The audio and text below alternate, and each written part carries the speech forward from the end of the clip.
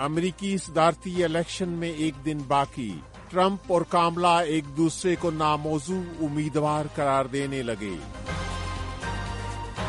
اسرائیل نے فلسطینی امدادی ایجنسی سے تعلقات ختم کر دیے۔ جرمن وزیر خارجہ غیر اعلانیہ دورے پر کیف پہنچ گئی۔ وائس آف امریکہ واشنگٹن سے اہم خبروں کے ساتھ محمد جلیل۔ امریکہ کے صدارتی انتخابات میں ایک دن باقی رہ گیا ہے اور دونوں بڑی سیاسی جماعتوں کے امیدواروں نے ویکینڈ پر سوئنگ ریاستوں میں ایسے ووٹرز کے پاس پہنچنے کی کوشش کی جو اب تک ووٹ دینے کے بارے میں حتمی فیصلہ نہیں کر سکے ہیں۔ منگل کو ہونے والے صدارتی انتخابات میں نائب صدر اور ڈیموکریٹک پارٹی کی صدارتی امیدوار کاملا ہیرس کا مقابلہ سابق صدر اور ریپبلکن پارٹی کے امیدوار ڈونلڈ ٹرمپ سے ہے۔ امریکی انتخابی سیاست میں سوئنگ ریاستیں ان ریاستوں کو کہا جاتا ہے جہاں ان ووٹرز کی تعداد زیادہ ہوتی ہے جو آخری وقت تک یہ فیصلہ نہیں کر پاتے کہ انہیں کس امیدوار کو ووٹ دینا ہے۔ ایسے ہی ووٹرز کی توجہ حاصل کرنے کے لیے کاملا ہیرس اتوار کو ریاست مشیگن پہنچی۔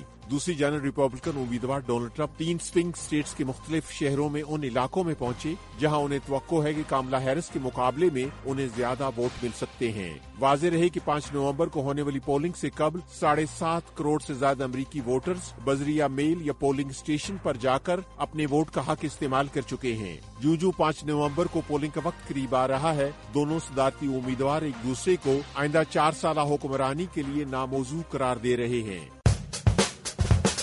یہ وائس آف امریکہ واشنگٹن ہے۔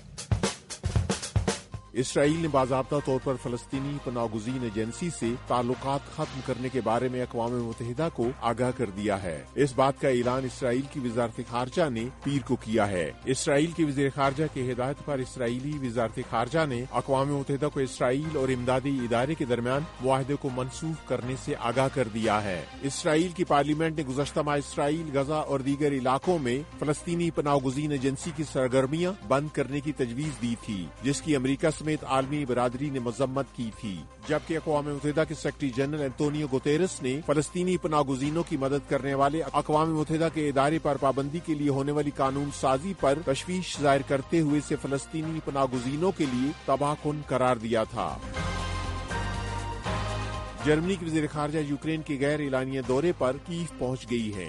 اس دورے کا مقصد یوکرین کے لیے جرمنی کی حمایت کا اعادہ کیسے وقت کرنا ہے جب یوکرین کو روس کے بڑھتے ہوئے حملوں کا سامنا ہے۔ امریکہ کے بعد جرمنی یوکرین کو سب سے زیادہ ہتھیار فراہم کرنے والا دوسرا ملک ہے۔ اس دورے کے دوران جرمنی کے وزیر خارجہ نے اس عزم کا اظہار کیا ہے کہ جرمنی یوکرین کی مدد کے لیے ثابت قدم رہے گا۔ انہوں نے کہا کہ جرمنی کی دیگر شراکت داروں کے ساتھ یوکرین کے ساتھ مضبوطی سے کھڑا ہے۔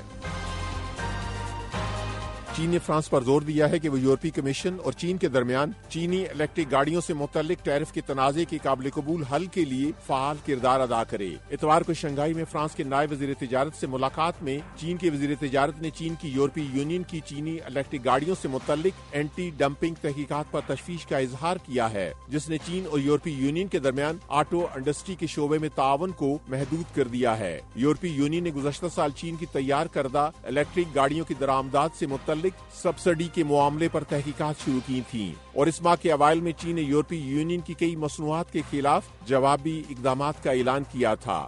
یوکرین کے حکام کا کہنا ہے کہ ماسکو نے یوکرین پر 96 ڈرونز اور ایک گائیڈڈ میزائل فائر کیا ہے۔ یوکرین کی فضائیہ نے 66 ڈرونز کو تباہ کرنے کا دعویٰ کیا ہے، جبکہ مزید 27 اپنے ہدف سے دور جا گرے، جبکہ ایک ڈرون بیلاروس کی فضائی حدود میں گرا ہے۔